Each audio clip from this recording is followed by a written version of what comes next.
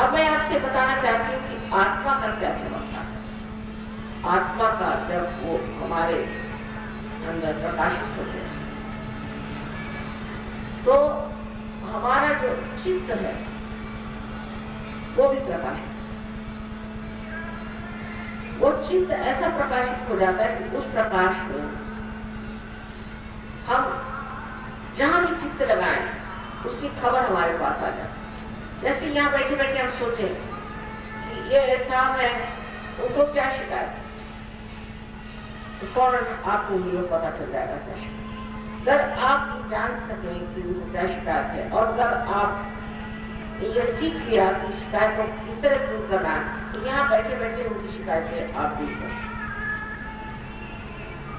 आत्मा का इस तरह से प्रकाश हमें अत्यंत धार्मिक भी बना, आंखें हमारी जो है वो स्थिर हो जाए और ऐसे आदमी का एक कटाक्ष दूसरे आदमी की जिंदगी में शांति आनंद ला सकता है। एक आत्मा का जो सबसे बड़ा आधार है वो है प्रेम की शक्ति। आज तक हमने सिर्फ द्वेष की शक्ति को इस्तेमाल किया, द्वेष को ही हमने माना। इस प्रेम की शक्ति का महत्व हमने जाना और इतनी महान चीज है ये, इसके आए बगैर इस संसार का उद्धार नहीं। ये संसार की बचत इसी में है कि हम इस महान तत्व को अपने अंदर समा। दूसरी बात आत्मा के साथ ये है कि ये केवल सत्य को प्रकटित करता है, मतलब जिसे एब्सोल्यूट ट्रूथ कहते हैं। जैसे कि 10 बच्चे हों और उनके सर पे आप पट्टी बांध दें और उनसे कहें कि अच्छा बताओ ये तो सामने बैठे को क्या शिकायत है, तो वो सब वही उंगली साथ ही साथ सब एक उंगली दिखाएंगे या 2 दिखाएंगे या 3 दिखाएंगे और सब एक जैसे। उस आदमी से पूछे, रसवाली ने ये उंगली दिखाई तो उनसे पूछा क्या तुम्हारे गले में बहुत शिकायत रहती? हाँ रहती। तो कैसे जाना? कि बच्चों ने बताया। तो एकमेव सत्य को जानने से जब सभी एकमेव सत्य को जानते हैं और सबके लिए एक ही प्रणाली सत्य है और वो जानना बोध है, वो जानना बुद्धि से नहीं, तो लड़ाई झगड़ा किस चीज का? सब एक ही चीज में समाये हुए हैं, एक ही चीज को समझते हैं। जैसे मैं यहाँ बैठी हूँ, आप सब मुझे देख रहे हैं, अब इस पर कोई बात विवाद करेगी नहीं, माता जी यहाँ बैठे नहीं, तो आप कहेंगे साहब आपकी आंख नहीं अंधे हैं, पर जिनके पास आंखें सब देख सकते मैं आपके सामने बैठी हूँ। इसी प्रकार ये बोध ऐसा हो जाता है कि इसमें कोई शंका ही नहीं रह जाती। निशंक इतना ही नहीं, एक दूसरे से वार्तालाप भी जब होता है तो समझ में आ जाती बात किस तरह से सूझबूझ आपस में एक नया संसार बसते जा रहा है और एक बहुत ही शांतिपूर्ण आंदोलन मनुष्य के अंदर घटित होता हुआ एक बहुत बड़ी एक कहनी चाहिए कि समाज की व्यवस्था बनती जाए। अब देखना है कि उसमें आप लोग कितने सहभागी हो। और एक बात आत्मा के साथ हम प्राप्त करते हैं और वो है आनंद की प्राप्ति। ऐसे तो हमारे बताए गए हैं कि आत्मानंद है और पुमानंद है, निरानंद है आदि अनेक आनंद की हमारे यहाँ व्याख्या है, पर किसी ने आनंद महसूस नहीं। या तो सुख होता है या दुख होता है। जैसे एक रुपया के 2 चेहरे होते हैं, उसी प्रकार आदमी को या तो सुख होता है या दुख। पर आनंद एक में, आनंद की अनुभूति होती मजे में रहता और हर चीज के और वो ऐसा दिखता है जैसे नाटक हो रहा है, साक्षी स्वरूप। और जब वो देखता है उसके देखने में ये शक्ति है कि जिस और वो नजर आता है वो चीज ठीक हो जाए।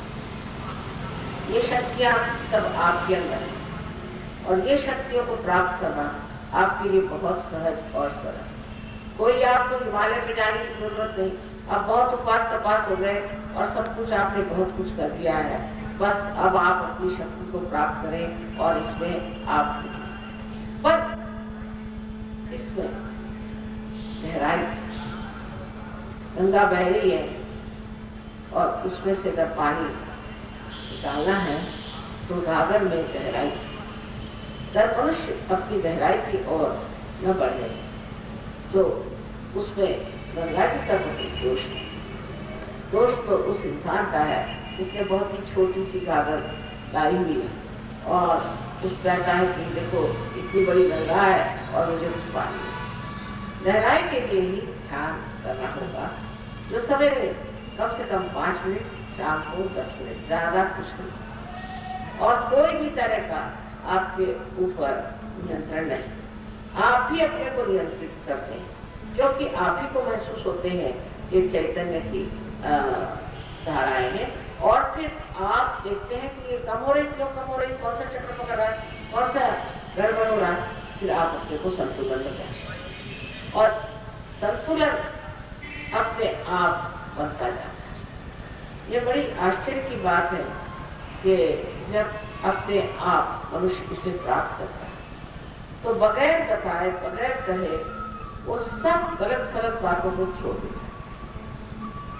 मैंने देखा है खासकर विलायत में, जहाँ लोग जरूरत से ज्यादा शराब पीते हैं और आजकल तो ड्रग्स वगैरह बहुत कुछ पीना शुरू है। सहयोग में पार होने के बाद दूसरे दिन सारे ड्रग्स पीते ही नहीं, लेते ही नहीं। मैं किसी से कुछ नहीं कहती, दरवार किसी से कहो कि शराब नहीं पीना है तो सब लोग उठ के चले जाएंगे, वो ऐसा मिलना है मुश्किल है तो शराब है, और कहने की जरूरत ही नहीं, वो अपने आप उसे छोड़ ही देते हैं, क्योंकि आत्मा के प्रकाश में मनुष्य देखता है कि ये चीज हमारे लिए घातक है, गंदगी है, खराबी है। और इस संवेदना की वजह से वो अकस्मात ऐसा कुछ हो जाता है कि जो कुछ अपने अंदर घटित हो रहा है और जो कुछ हमारे अंदर बन रहा है उसके प्रति जागरूक होता है और बाकी की चीजें जो हैं उसे वो छोड़ती जाए। इसमें आपको घर द्वार छोड़ना नहीं, अपने बाल बच्चों को छोड़ना नहीं, कोई विचित्र से कपड़े पहन करके कुछ गड़बड़ करना नहीं। जहाँ आप हैं जैसे हैं आप इसे प्राप्त कर सकते हैं, क्योंकि ये आपका जन्म सिद्ध है। आज इस लेक्चर में भी पूरी तरह से विशद रूप से मैं सब कुछ आपको बता नहीं सकूंगी। मैंने कल भी बताया था कि मेरे बहुत से लेक्चर्स हुए हैं और उसकी बहुत सारी डेट्स हुई। यहाँ पर भी हमारा एक अच्छा सा सेंटर बन गया है। इंदिरा साहब ने बहुत मेहनत की और ये सेंटर बनाया हुआ है, तो कृपया आप लोग भी इस सेंटर में जा करके और पूरी तरह से सीख लें कि ये कला। अब बात यह है कि हम लोग पैसा ऐसा लेते नहीं, क्योंकि इसमें कोई पैसा नहीं है। कैसे ले, कितना पैसा ले, ये तो अनमोल चीज है, इसका क्या मोल है बताइए। इसका तो कोई मोल नहीं कि जो आप पैसा दे सकते, और जो जीवंत क्रिया है उसका पैसा देंगे भी कैसे। इसलिए जो भी चीज है वो कोई बड़े महल वहल बना करके हमने कोई वो बनाया नहीं है कि आपके लिए मेडिटेशन सेंटर बना। एक सर्वसाधारण तरह की चीज है, और उसमें एक जरूर होता है कि हमारा जो अहंकार है वो टूट जाता है। जो लोग सोचते हैं कि हम बड़े आदमी हैं, हम वहां कैसे जाएं, उनके लिए सहयोग है। जो भी ऐसे भी सब तरह के लोग सहयोग में एक परमपिता परमात्मा के बच्चे, और वो सब एक ही नजर से भगवान देखते हैं। कोई अपने को बड़ा आदमी समझता होगा इस दुनिया में, लेकिन परमात्मा के आंख में, उसकी नजर में तो आप सभी एक जैसे ही हैं। इसलिए इस तरह की किसी को भी अपने प्रति भावना हो जाए कि मैं वहां कैसे जाऊं, मैं तो बड़ा आदमी हूँ या कुछ है, तो वो न जाए तो ही अच्छा है, क्योंकि वैसे भी उनको कुछ लाभ होगा। कृपया आप समझिए मेरी बात कि ध्यान तो करना ही होगा, किंतु सफाई आपकी जो है वो सामूहिकता में होगी, जहाँ आप सब मिलेंगे और सब उठेंगे बैठेंगे और ध्यान धारणा करेंगे।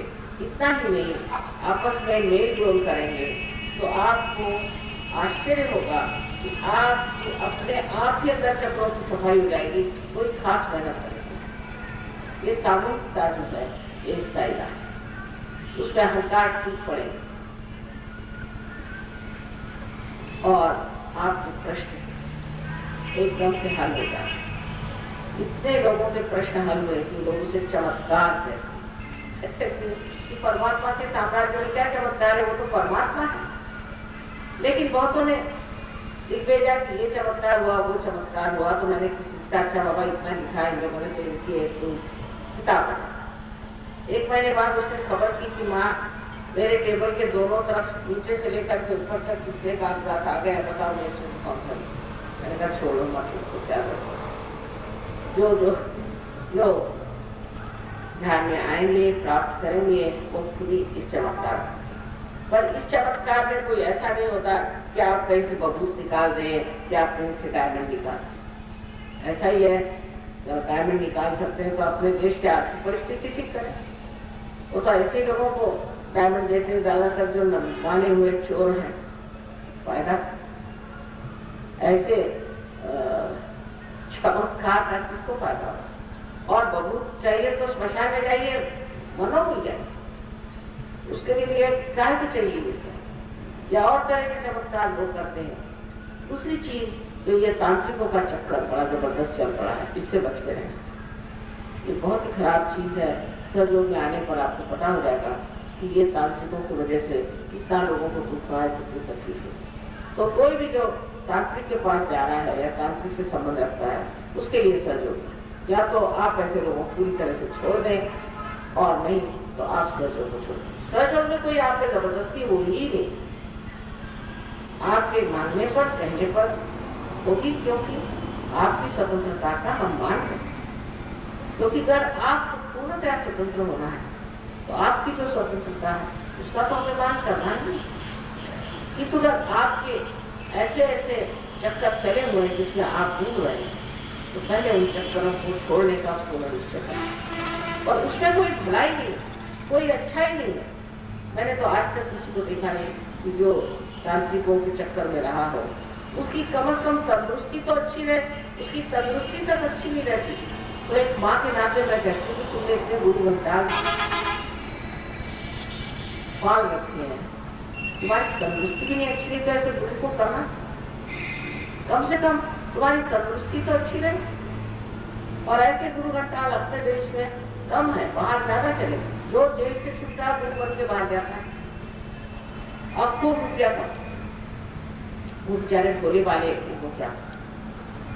अभी आपको पता है टीएम करके चीज है, टीएम ट्रांसफर, उसके एक मार्क खाए हुए हमारे पास है। वो वहां के फ्लाइट, वो जमीन पे से 3 फुट पे कहते हैं कि हम आपको उठा दें। क्या जरूरत है? क्या कुर्सियां नहीं है? इसकी जरूरत क्या? ऐसे ही रास्तों में जैम होता है, आपको जरूरत क्या है इस पागलपन की? 3 फुट आप जमीन से उठे, उसके लिए 6000 पाउंड लेते। और मंत्र क्या देते हैं? इंगा, पिंगा और ठिंगा। ये क्या संस्कृत है? और वो मंत्र भी कान में कहते हैं, और कोई किसी को मत बता, या कहेंगे राम का नाम या कृष्ण का नाम। अरे इसको बताने के लिए गुरु का चाहिए, उसको पैसे का तो देना चाहिए। मंत्र भी एक बहुत साइंस है। जब कुंडली नहीं उठती तभी पता होता है कौन से चक्र पे अटकाव है, वहां पे कौन सा मंत्र कहना है, क्या कहना है। ऐसे किसी को कोई मंत्र दे देना, किसी को कोई भी व्यायाम बता देना, ये तो ऐसा ही हुआ कि आप आए कुमार अंधाधुंध का, बड़े अंधाधुंध काम है। और भोले भाले साधक लोग ऐसे लोगों की कर जाते, वो विचारों के सबके नीचे से टूट गए। उन्होंने केस वेस करी, उनको पैसे दिए और 6,000 रुपए, 6,000 पाउंड एक एक आदमी से दिया। ये खुद वो जो साइंस एकेडमी के जो डायरेक्टर थे, उनको एपिलेप्सी हो गई, बीवी को एपिलेप्सी हो गई, उनके बच्चे को हो गई, डिप्टी डायरेक्टर हो गए, तो मेरे पास उन्होंने बताया कि माँ इंगा मंत्र का क्या मतलब था। मैंने कहा इंगा मंत्र मैंने तो जाना नहीं चाहिए, और पिंगा और ठिंगा सबसे बड़ा तो ये, और कान में बता दिया और रुपया बना रहे हैं। आजकल उन्होंने दूसरे हर समय नया नया मार्केटिंग का निकाला, और उसमें अपने हिंदुस्तान के बड़े बड़े अफसर लोग फंसे, और शरीर में उनके पास दुख होता है, तकलीफ होती है, क्योंकि उनमें वो कोई ना कोई भूत डाले, स्पिरिट डाले। तो फिर मुझे बताते हैं कि माँ हमें इतनी तकलीफ हुई, इतनी परेशानी हुई, लेकिन मैंने कहा भाई तुम लोग गए क्यों? उनका खानदान देखते, वो पहले क्या करते थे, वो यहाँ टिकट कलेक्टर थे पहले, फिर वो वहां से भागे कैसे, उनकी कोई अकल होनी चाहिए, कोई विद्वत्ता होनी चाहिए। फिर उन्होंने कहा कि भाषण में के साथ जब आप टीएम करते हैं तो आपने थीटा वेव जाता, थीटा वेव जाने का मतलब तो एपिलेप्सी है। वहाँ हमारे डॉक्टर बैठे तो उनका साथ इसका मतलब आप सबको एपिलेप्सी दे रहे हैं। फौरन उनको बुलाया, भैया आओ, तुमको हम खाना देंगे, पीना देंगे, पैसा देंगे, ये उनका मुझे कुछ नहीं चाहिए। सो इन लोगों के पास क्या पागल होने के लिए जाते हैं? पैसा दे करके आप अगर पागल होना चाहें तो वही, अब तो वहां हमको सब बात बताए, सब एक से एक बढ़ के दुर्घटना आ गई और सब आपको नाम देते हैं। एक जैसा में वो उनके यहाँ सेवा होती है और उनके कितने मार खाए मेरे पास आते हैं और कहते बड़ी बड़ी एटियां रखी रहती है, बस उसमें सेवा में आप पैसा। एक और साहब है, वो सीता जी और रामचंद्र जी का विवाह करते रहते और उसमें सब औरतें, खासकर मारवाड़ी औरतें, अपनी सब चूड़ियां उतार के उनको दे देते हैं। सीता जी के दहेज, अरे क्या पागल है, क्या आप लोगों की बुद्धि नहीं? सीता जी का विवाह इस तरह से होता है क्या? ऐसे लोग अंधश्रद्धा में आप लोगों को दूर है और इसको समझने की जरूरत है। प्रवचन करेंगे रामचंद्र जी का कि मैंने स्वयं अपनी आंख से देखा, एक गलती से उनके कार्यक्रम में चली गई कि वो अपने हीरे की चूड़ियां उतार के और सीता जी को ब्याह में दे, धर्म के नाम पर जीतने वाले और हम लोग उसमें फंस गए। पहले धर्म का जागरण हमारे अंदर होना चाहिए, उसे प्राप्त, आपके अंदर स्वयं इतनी शक्तियां, आप उसे प्राप्त बजाय इसके कि आप किसी और गलत चीजों में घुसे और अपना सर्वनाश